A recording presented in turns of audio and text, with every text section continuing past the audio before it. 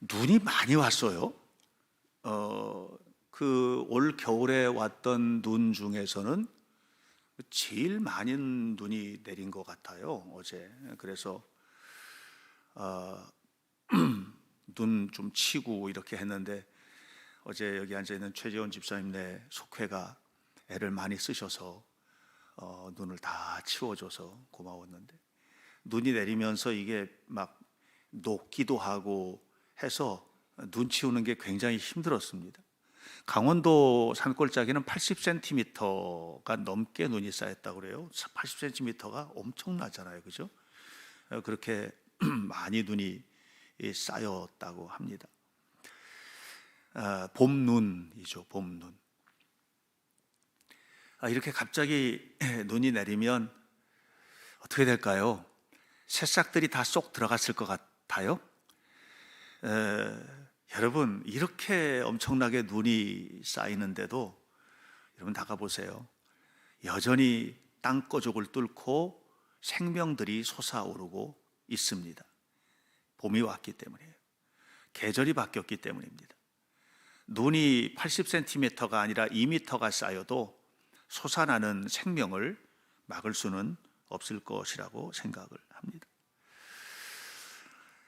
하나님께서 하시는 일들입니다.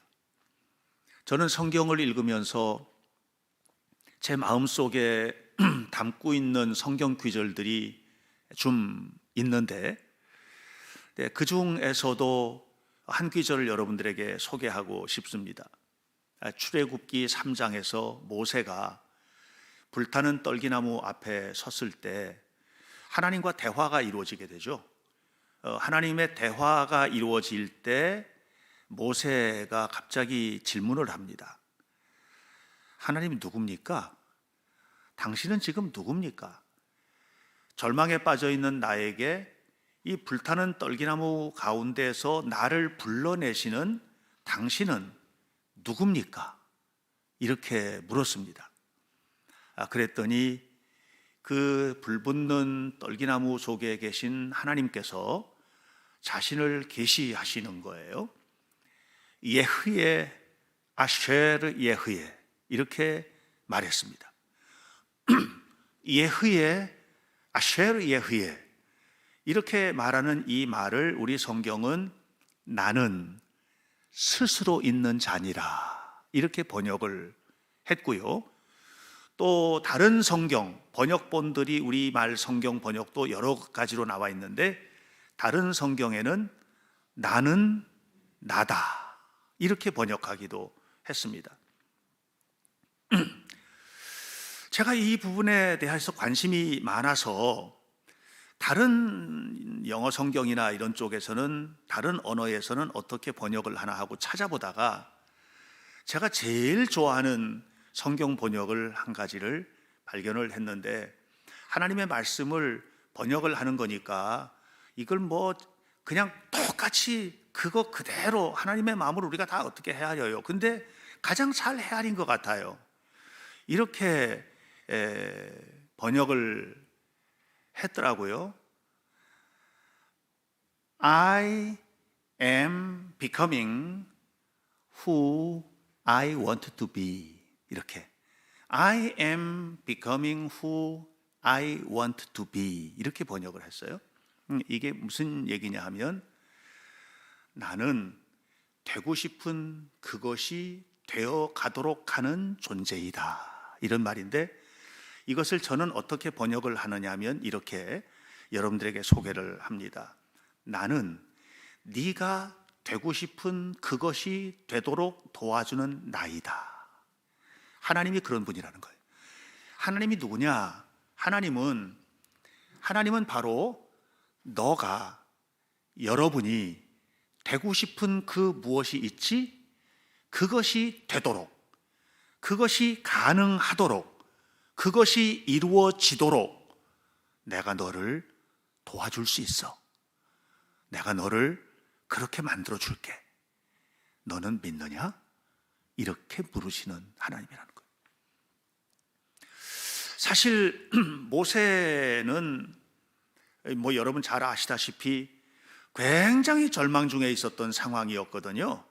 모세가 40년 동안 왕궁에서 지내다가 그리고 어떤 피치 못할 사정에 연루가 되면서 쫓겨나게 되고 도망치듯 광야로 나와서 40년을 살았어요.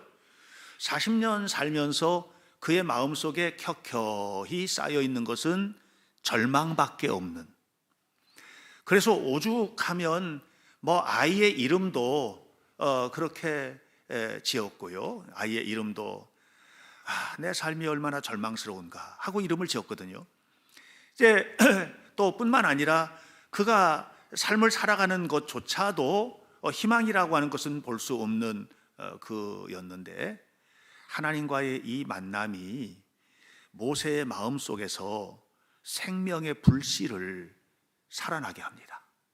생명의 불씨가 살아나게 합니다. 죽은 줄 알았는데, 나는 끝인 줄 알았는데 끝이 아니라는 것을 하나님과의 만남을 통해서 알게 되는 거예요. 여러분 아셔야 해요.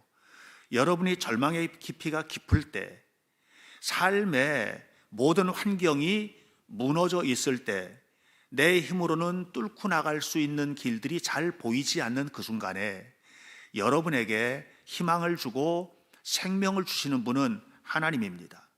이 사실을 믿는 자는 인생을 뒤바꿔 놓을 것이고, 이 사실을 믿지 못하고 삶의 무게에 눌려서 살아가는 자는 그 무게 때문에 죽게 될 겁니다. 여러분들, 우리가 신앙이라는 게 뭐냐라고 할 때, 오늘 룻기를 TBC 성서연구에서 룻기를 할 때에도 이제 그 부분을 좀 다루게 되겠지만, 믿음이라는 것은 뭐냐면 선택할 것을 바르게 선택하는 힘이에요. 여러분, 우리 앞에는 날마다 정말로 수많은 선택의 순간들이 다가오게 되는데, 이 선택의 순간에 무엇을 가지고 어떤 근거로 선택하느냐, 이것이 운명을 바꾸고 삶을 바꾸는 거거든요. 그래서 여러분들, 예흐에 아셔 예흐에, I am becoming who I want to be. 나는 너를 도와주는 사람이야. 뭘? 네가 되고 싶어하는 그것이 되도록 내가 도와줄 테니까 너 나랑 함께 씨름하자. 이게 이제 하나님이거든요. 그 속에 뭐가 있느냐 하면 부활하신 주님이 계신 거예요. 다시 말하면 생명의 주님이 계신 거예요. 사망으로 가득한 세상에 생명의 불씨가 타오르도록 하시는 분이 누구냐? 바로 그분이 하나님이라고 하는 것입니다. 말씀드린 바와 같이 눈이 80cm나 내렸대요. 3월 달에. 참 저는 80cm 내린 눈을 본 적이 없어가지고 상상이 잘 안 가는데, 그런데 그렇게 많은 눈이 내렸어도 그 눈 밑에서 지금 솟아오르는 그 놀라운 생명을 막을 수가 없다니까요. 만물이 생존하는 것, 만물이 생존하는 것, 이것은 도대체 그 근거가 무엇일까? 여러분, 우리 뜰에도 지금 새싹들이 많이 올라와 있어요. 어제 눈이 많이 내렸는데 그래도 죽일 수가 없어요. 지금 조금 지나면 이제 우리 교회 앞에 있는 이 벚꽃나무가 꽃망울을 막 터뜨릴 거예요. 그리고 우리 옆에 있는 정원에서 엄청난 목련들이 아름답게 꽃잎을 자랑하듯이 터뜨릴 거예요. 그 근거가 뭐냐? 생명이거든요. 생명입니다. 이 생명이 어디로부터 온 것이냐? 세상은 뭐라고 하느냐 하면, 이런 생명은 우연히 어쩌다 보니 생겼다, 이렇게 말하고, 또 학교에서도 실제로 그렇게 가르칩니다. 제가 학교에서 가르치는 것들을 과학적으로 말하지 않고 내 나름대로의 표현으로 표현하는 겁니다. 과학자들이 말하는 과학은 진화론이라고 하는 것과 함께 그 속에 매우 설득력 있는 과학적 공식 가지고 이야기를 하는데, 그 공식들을 다 풀어보면 제가 볼 때는 하나거든요. 어쩌다 보니 되었다, 이렇게 하는 것입니다. 여러분, 그런데 성경은 그렇게 말하지 않고 어쩌다 보니 된 것이 아니라 치밀한 계획 속에서 이루어진 것이다. 그 치밀한 계획 속에서 이루어졌는데, 그 치밀한 계획은 어디냐? 하나님의 마음속에 있는 것이고, 하나님께서 생명을 이 땅에 선포하셨고, 그 말씀대로 이 세상은 생명으로 가득한 세상이 되었다고 이야기를 하고 계십니다. 사랑하는 여러분, 나무가 살아있는 것 생명입니다.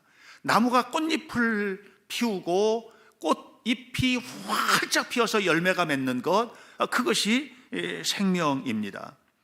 사람들은 적당한 공기, 적당한 물, 적당한 햇볕, 이것 때문에 만물이 소생하는 것이라고 얘기를 하고, 이 대기의 기온이 적당한 기온이 될 때 만물이 소생하는 것이라고 하지만 그게 아니고 생명 때문입니다.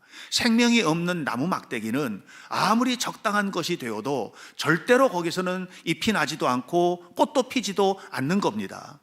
생명은 하나님께서 주시는 은혜입니다. 이것을 아는 게 지식이고, 이것을 모르는 것이 무식입니다. 그래서 잠언 1장 7절은 뭐라고 얘기하느냐 하면 이렇게 말합니다.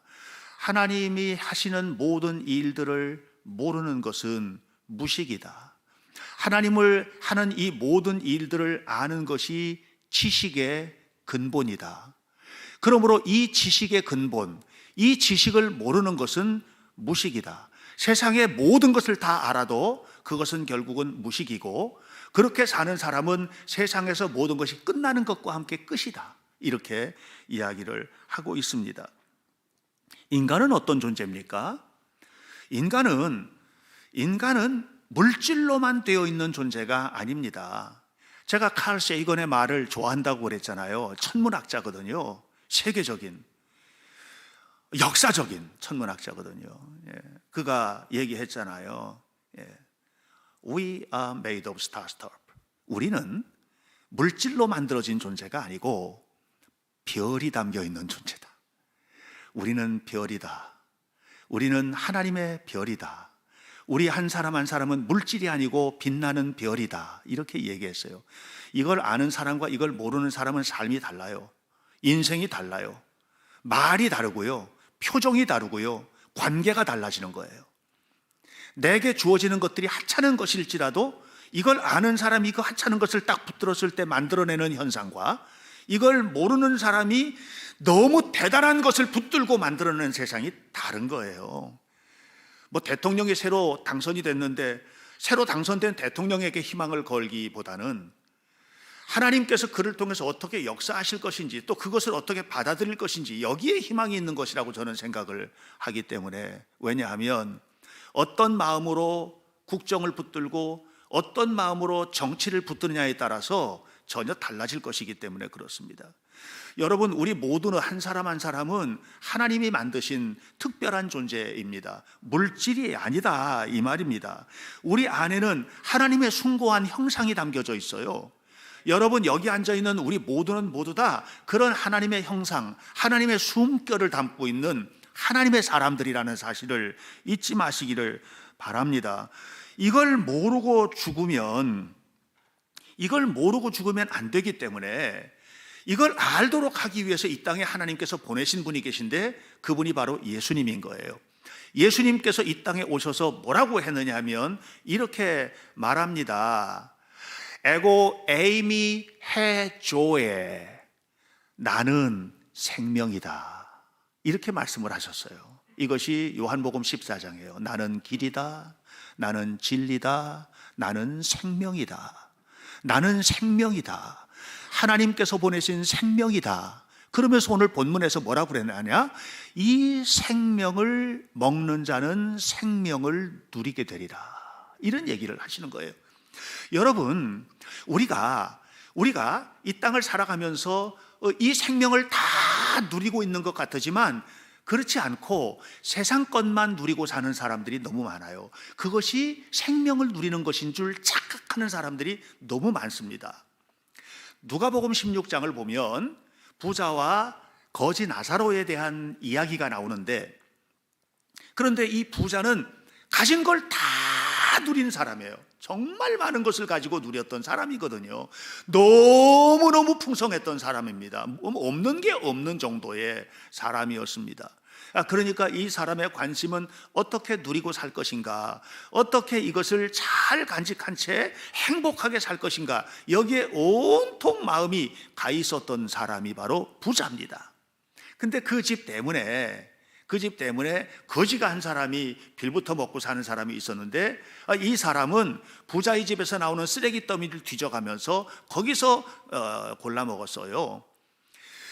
그런데 인간은 다 똑같지 않습니까? 그렇게 살다가 부자도 죽고 이 거지도 죽은 거예요. 부자도 죽고 거지도 죽은 거예요. 부자는 자기가 누리는 것들, 그것을 다 누리고 평생 누리고 영원히 누릴 줄 알았는데 그런 존재가 아니잖아요, 인간은. 그래서 죽었단 말이에요. 성경은 이렇게 말합니다. 나사로는 이름을 밝혀요. 이 거지의 이름을 밝히는 거예요. 나사로는 죽어서 아브라함의 품에 안기고 부자는 죽어서 지옥에 갔다, 음부에 들어갔다, 이렇게 이야기를 했습니다. 이거 잘못 해석하면 안 됩니다. 부자들은 죽으면 지옥 가고 가난한 사람은 죽으면 천국 가고 그렇다, 이 얘기를 하는 게 아니에요. 여기에서 이 나사로라는 이 거지의 이름을 밝힌 것이 키워드예요. 중요해요. 나사로라는 이름은 뭐냐면 하나님이 도와주신다, 하나님의 도우심, 이런 뜻이에요. 하나님의 사랑받는 자, 이런 뜻이기도 해요. 그러니까 뭐냐 하면 하나님의 도우심을 사모하고 하나님의 은혜 안에 있는 사람이 그가 부자이냐 아니면 가난하냐, 이게 중요한 게 아니라 하나님 앞에 살아가는 사람이 아브라함의 품에 안기는 것이다, 이 얘기를 지금 하고 있는 거예요. 여러분에게는 이 세상이 전부입니까? 여러분은 이 물질로 된 육체가 전부입니까? 여러분은 도대체 누구십니까? 여러분은 하나님 앞에 나와서 하나님을 믿는데 왜 하나님을 믿으십니까? 이 세상에서 잘 살려고 믿으십니까? 내 속에 있는 것들, 내 안에 있는 것들, 내 소원들, 이런 것들을 다 해결하기 위한 목적으로 하나님이 도와주시지 않으면 이게 해결이 안 되니까 그것 붙들기 위해서 예배당에 나오셨습니까? 여러분, 우리는 도대체 왜 하나님 앞에 나왔습니까? 여러분, 생명은 하나님께 있기 때문에 나온 겁니다. 생명은 하나님께 있는 것입니다. 이걸 아는 게 지식이고요, 이걸 모르는 게 무식이에요. 호세아는 북왕국 이스라엘에서 예언 활동을 하던 사람인데 여로보암 2세 때입니다. 여로보암 2세는 그 당시에 가장 최강한, 엄청나게 강력한 왕권과 힘을 가졌던 나라고요. 그리고 다윗과 솔로몬 시대에 가지고 있었던 땅덩어리를 다 회복할 만큼 대단한 왕이었습니다. 남왕국 유다가 감히 상대할 수 없을 만큼 강한 왕권을 가졌고요, 그 다음에 주변에 있던 나라들이 건드리지 못할 만큼. 그래서 여로보암 2세 밑에는 정말 똑똑한 사람들 많았고요, 여로보암 2세가 가지고 있었던 군대는 강력한 군대였습니다. 그런데 호세아가 나와가지고 뭐라 그러냐면, 호세아가 이렇게 얘기합니다. 너네 망할 거다, 그러는 거예요. 아니, 아무리 둘러봐도 망할 것 같지가 않은 나라인 거예요, 이 나라가. 그런데 망할 거다, 그러는 거예요. 그러면서 호세아서 4장 4절에 망하는 이유가 뭐라 그러냐면 무식해서 망할 거다, 그러는 거예요. 아니, 무식하다니, 이렇게 똑똑한 사람들이 많은데, 이렇게 대단한 사람들이 많은데, 이렇게 정부의 참모들도 정말 똑똑한 참모들이 많고, 왕이 얼마나 강력한 왕권을 가지고 있고, 무식해서 망하다니 무슨 말이야, 이렇게 한 거예요. 진짜 망하는 거예요, 이 나라가. 기원전 722년에 아수르에게 완전히 폭삭 망해버리고 나라의 흔적조차가 없어져 버리고 말았고요, 그 10개의 지파가 지금은 남아있는 사람이 몇십만 명 정도밖에 몇십만 명이 뭐예요, 몇백 명이라고 그러던가, 하여튼 정말로 소수가 남아있는 겁니다. 그러면서 호세아서 6장 3절에서 이런 얘기를 하는 겁니다. 너희는 여호와를 알아야 한다. 여호와를 알아야 한다. 힘써 여호와를 알아야 한다. 왜? 여호와를 모르면 무식한 것이고, 무식하면 제멋대로 살게 될 것이고, 자기 마음속에 있는 것이 가장 유식의 근원인 줄을 알고 자기 생각대로 자기 판단대로 판단하고 행동할 텐데, 그것은 패망의 선봉이고 멸망의 앞잡이다, 이렇게 잠언에서는 말하고 있습니다.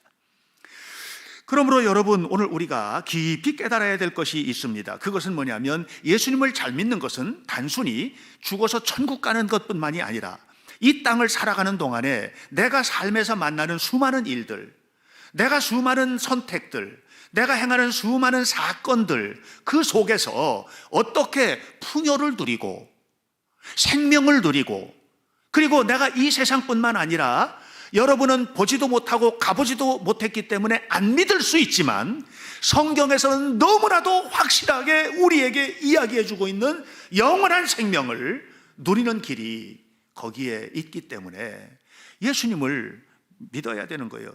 그것도 잘 믿어야 되는 거예요.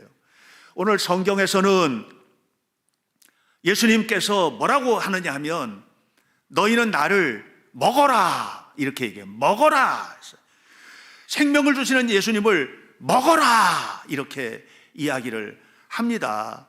여기서 나를 먹어라 라고 할 때에 이 말을 트로곤메, 이 그리스 말로 성경에 트로곤메라고 얘기를 하는데, 이 먹는다라는 이 표현은 그 똑같은 용어를 어디에다가 사용하는 용어냐면, 그리스어에서 양이나 소떼가 풀을 뜯어 먹는 장면을 할 때 이 표현을 씁니다. 그러니까 양떼가 소떼가 풀을 뜯어 먹는 거예요. 그러니까 양떼와 소떼가 풀을 뜯어 먹듯이 나를 먹어라, 이게 매우 구체적으로 이야기를 하는 거예요. 그 예수님께서 그것을 얘기하면서 내 살을 뜯어먹고 내 피를 마셔라, 이렇게 얘기해요. 이것 때문에 나중에 사실 로마 시대 때 핍박 많이 받으면서 이게 식육의 무리들이라고 오해를 받기도 하고, 왜냐하면 예배 드리면서 내 살을 뜯어먹어라, 내 피를 마셔라 막 이러면서 예배를 드리니까 밖에서 들을 때는 저것들이 저 뭐 하는 거야, 이래가지고 엄청난 오해를 사기도 했던 말씀이에요, 이 말씀이. 그런데 그렇게 하라는 거예요. 이게 무슨 얘기예요? 믿으라는 얘기잖아요. 예수님께서 하신 말씀을 그대로 믿어야 된다는 얘기를 지금 이렇게 강력한 표현으로 어떻게 믿어야 되느냐? 소와 양떼가 풀을 뜯어 먹으면 생명을 누리고, 이 풀을 뜯어 먹고 활동을 하면서 젖을 내고 고기를 내고 가죽을 내고 털을 내는 것처럼 이렇게 너희가 나를 먹어야 된다. 그러면 먹는 것이 소와 양이 그걸 먹고 자라나고 활동을 하는 것처럼 너희들에게도 보여야 되는데, 먹는다는 말은 결국은 무슨 얘기냐? 그냥 믿습니다, 이 얘기가 아니고 행동하라, 이 말이에요. 행동하라. 예수님을 믿는 것이 행동할 때 생명의 역사가 나타나는 겁니다. 여러분, 예수님을 믿는 믿음이 행동으로 옮겨질 때 그 속에 엄청난 역사가 이루어지게 된다고 하는 것입니다. 얼마 전에 어떤 친구가 저한테 와서 그랬어요. 목사님, 제가 목사님에게서 어린 시절에 배웠던 말씀이지만 잊지 않습니다. 뭐를 잊지 않는데, 믿는 거는 그냥 믿는 것이 아니라 믿는다면 너는 네가 하는 분야에서 최고가 되도록 최선의 노력을 다해야만 그게 믿는 것의 표현이다.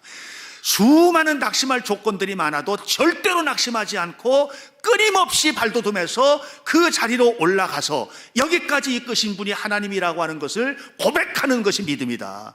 잊지 않고 살았고 지금 제가 그 위치로 올라가고 있습니다 하는 얘기를 하는 거예요. 여러분, 믿는다는 거는요, 그냥 예배당에 나와서 주여 제가 주님을 믿습니다 이렇게 말하는 게 아니에요. 네. 그래서 믿는 사람은 구질구질하게 살아서는 안 돼. 믿는 사람은 바닥에 있어도 자존감이 넘치고, 믿는 사람은 어떤 경우에든지 내가 지금 이 순간 최선을 다할 때 하나님께서 나를 어떻게 이끌어 가실지를 보라 하고 말하는 거예요. 그래서 예흐예 아셔 예흐예, I am becoming who I want to be. 내가 원하는 그것을 하나님께서 이끌어서 이루어 주실 줄 믿고 이 믿음으로 나는 사는 거야. 이게 믿는 사람들이죠. 여러분, 코미디 아시죠? 코미디가 뭐예요? 웃기는 얘기. 코미디안 그러면 실없이 웃기는 사람, 그죠? 근데 원래 그리스에서 코미디라는 말은 코메디아라는 말에서 왔는데, 이거는 희극을 말하는 거예요. 희극. 즐거운 노래라는 뜻이에요. 즐거운 노래. 이 반대는 뭐냐? 비극이거든요.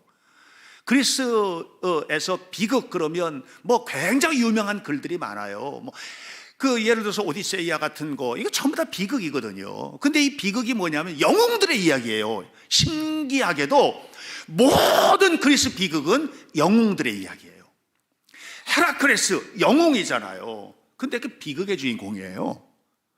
오디세이아 영웅이잖아요. 테베의 왕이 되고. 근데 이게 비극의 주인공이에요. 왜 그렇게 됐을까요? 왜 영웅들의 말로가 비극일까요? 그 이유는 이 모든 일을 이루어낸 게 내가 이루었다. 내 인생은 내가 책임진다라고 하는 오만함의 결과예요. 여러분의 운명은 여러분이 개척하실 수 있다고 생각하십니까?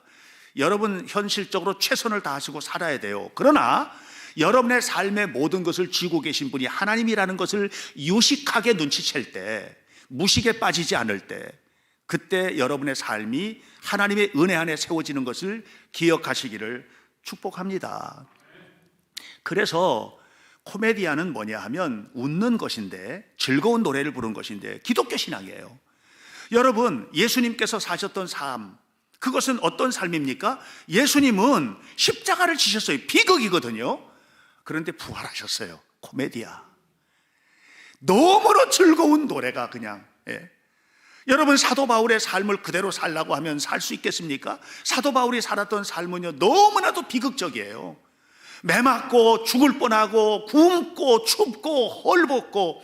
아니, 사도 바울의 고백을, 이렇게 신앙 고백을 보면 본받고 싶은 게 별로 없어요. 너무나도 바닥이야, 이게 우리의 인상으로 볼 때는.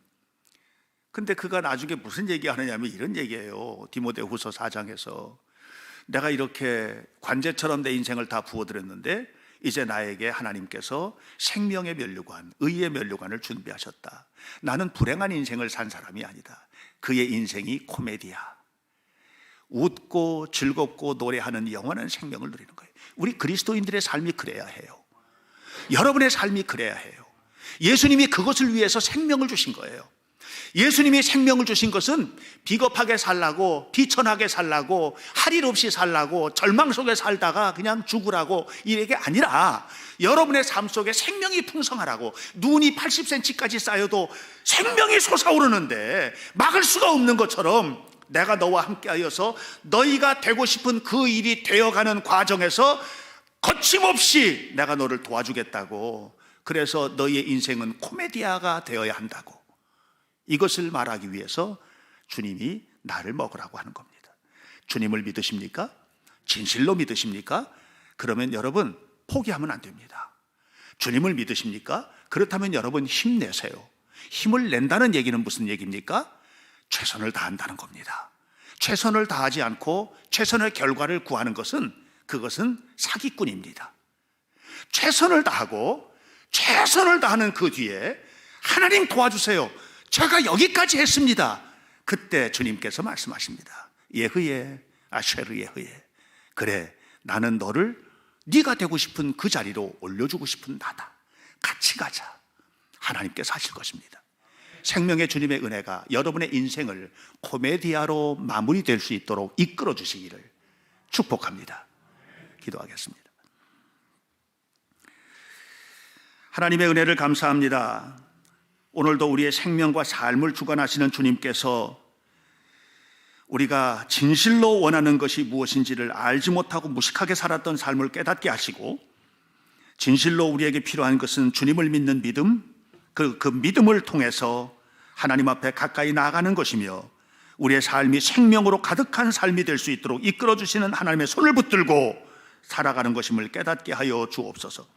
우리 현대교회 성도들이 하나님의 생명으로 충만하게 도와주옵시고 저들의 삶의 끝이 코미디아, 즐거운 노래, 할렐루야의 찬송으로 마무리가 될 수 있도록 인도하옵소서. 예수님의 이름으로 기도하옵나이다. 아멘.